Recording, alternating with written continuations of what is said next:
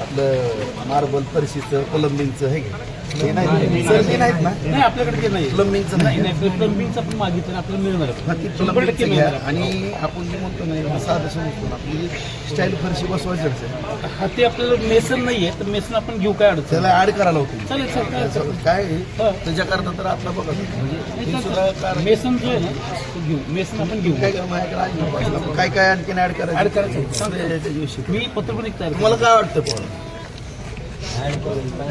झालं तुम्हाला माझ्याकडनं काय वाटतं ती करतो 3 MIDC करणार नवीन आता एक आपण गाताच्या वाडीला केली बरोबर आहे.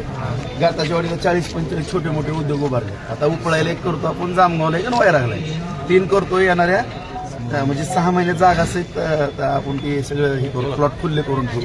एक 6 महिने वर्षाच्या तर प्लॉट उद्योजकाला देण्याची व्यवस्था करतो. मुळात हा औद्योगिक प्रशिक्षण संस्था जी आहे सध्याच्या काळामध्ये हिचं फार महत्त्व आहे. कारण आपण पाहतो की तुम्ही पाहिलं असेल की मी काही मोठमोठ्या संस्थांमध्ये भेट देत असताना त्या ठिकाणच्या पण संस्था चालकांना मी विनंती केलेली आहे की आता सगळेच मुलं विद्यार्थी शिक्षण घेत असताना पैकीच्या पैकी विद्यार्थ्यांना नोकरी हा पर्याय होऊ शकत नाही. ज्याच्या नशिबात आहे त्याला नोकरी लागेल. कोण IAS होईल, IPS होईल, MPSC थ्रू होईल, कोण कलेक्टर होईल, SP होईल, कोण डॉक्टर होईल किंवा काय. परंतु उर्वरित जो विद्यार्थी शिल्लक राहणार आहे त्याच्या बाबतीमध्ये आपल्याकडे बी प्लॅन तयार असणं गरजेचं आहे. आणि त्याच अनुषंगानं शासनानं केंद्र शासनानं राज्य शासनानं विचार करून औद्योगिक प्रशिक्षण संस्थेची निर्मिती केली. आणि या ठिकाणी आपले कारागीर किंवा आपल्या अंगामध्ये जे व्यवसायाचं जे शिक्षण घ्यायचं आहे कौशल्य ह्याच्यामध्ये आपल्याला आपण प्रशिक्षण घेऊन त्या ठिकाणी आपले व्यवसाय सुरू करण्याच्या दृष्टिकोनातून औद्योगिक प्रशिक्षण संस्थेची निर्मिती झाली आहे. आणि त्याला बळ देणं ही आजची तर फार मोठी आवश्यकता आहे. आता पूर्वी ह्याला किती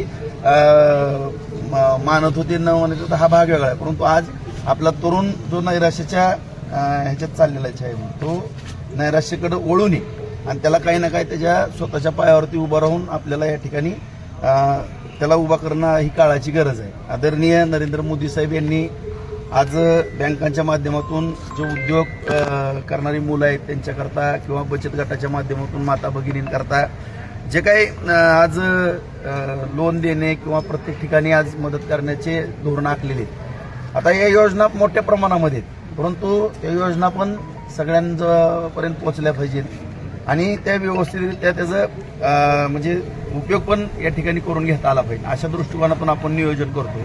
आणि माझा आता जास्तीत जास्त भर आता मी मध्यंतरी सुद्धा म्हणलं की आपण या बार्शी तालुक्यामध्ये किंवा जिल्ह्यामध्ये काम करत असताना जिल्हा मध्यवर्ती बँकेच्या माध्यमातून आता दूध संघ सुद्धा आपला आहे. तो सुद्धा कशा पद्धतीनं जिल्हा दूध संघ चालू होईल त्यालाही टार्गेट करतोय. नंबर 2 आपण कुक्कुटपालनच्या बाबतीमध्ये आपलं टार्गेट आहे.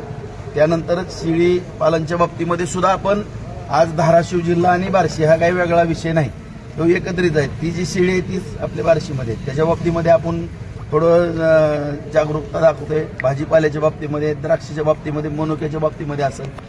आणि आज जे काही सुतारी काम करणारे माझे बांधव असतील किंवा कार्पेंटर असतील किंवा फॅब्रिकेशनमधले असतील किंवा इलेक्ट्रिकमध्ये असतील किंवा कुठं मेकॅनिकलचा विषय असेल किंवा आणखीन ही नवीन आता मी सरांना सांगितलं की मोटर मॅकॅनिक आता आपण साधं पाहतोय की एखादी आपली विहिरीवरची मोटर जरी जळाली तरी लवकर मोटर भरणारा नसतो.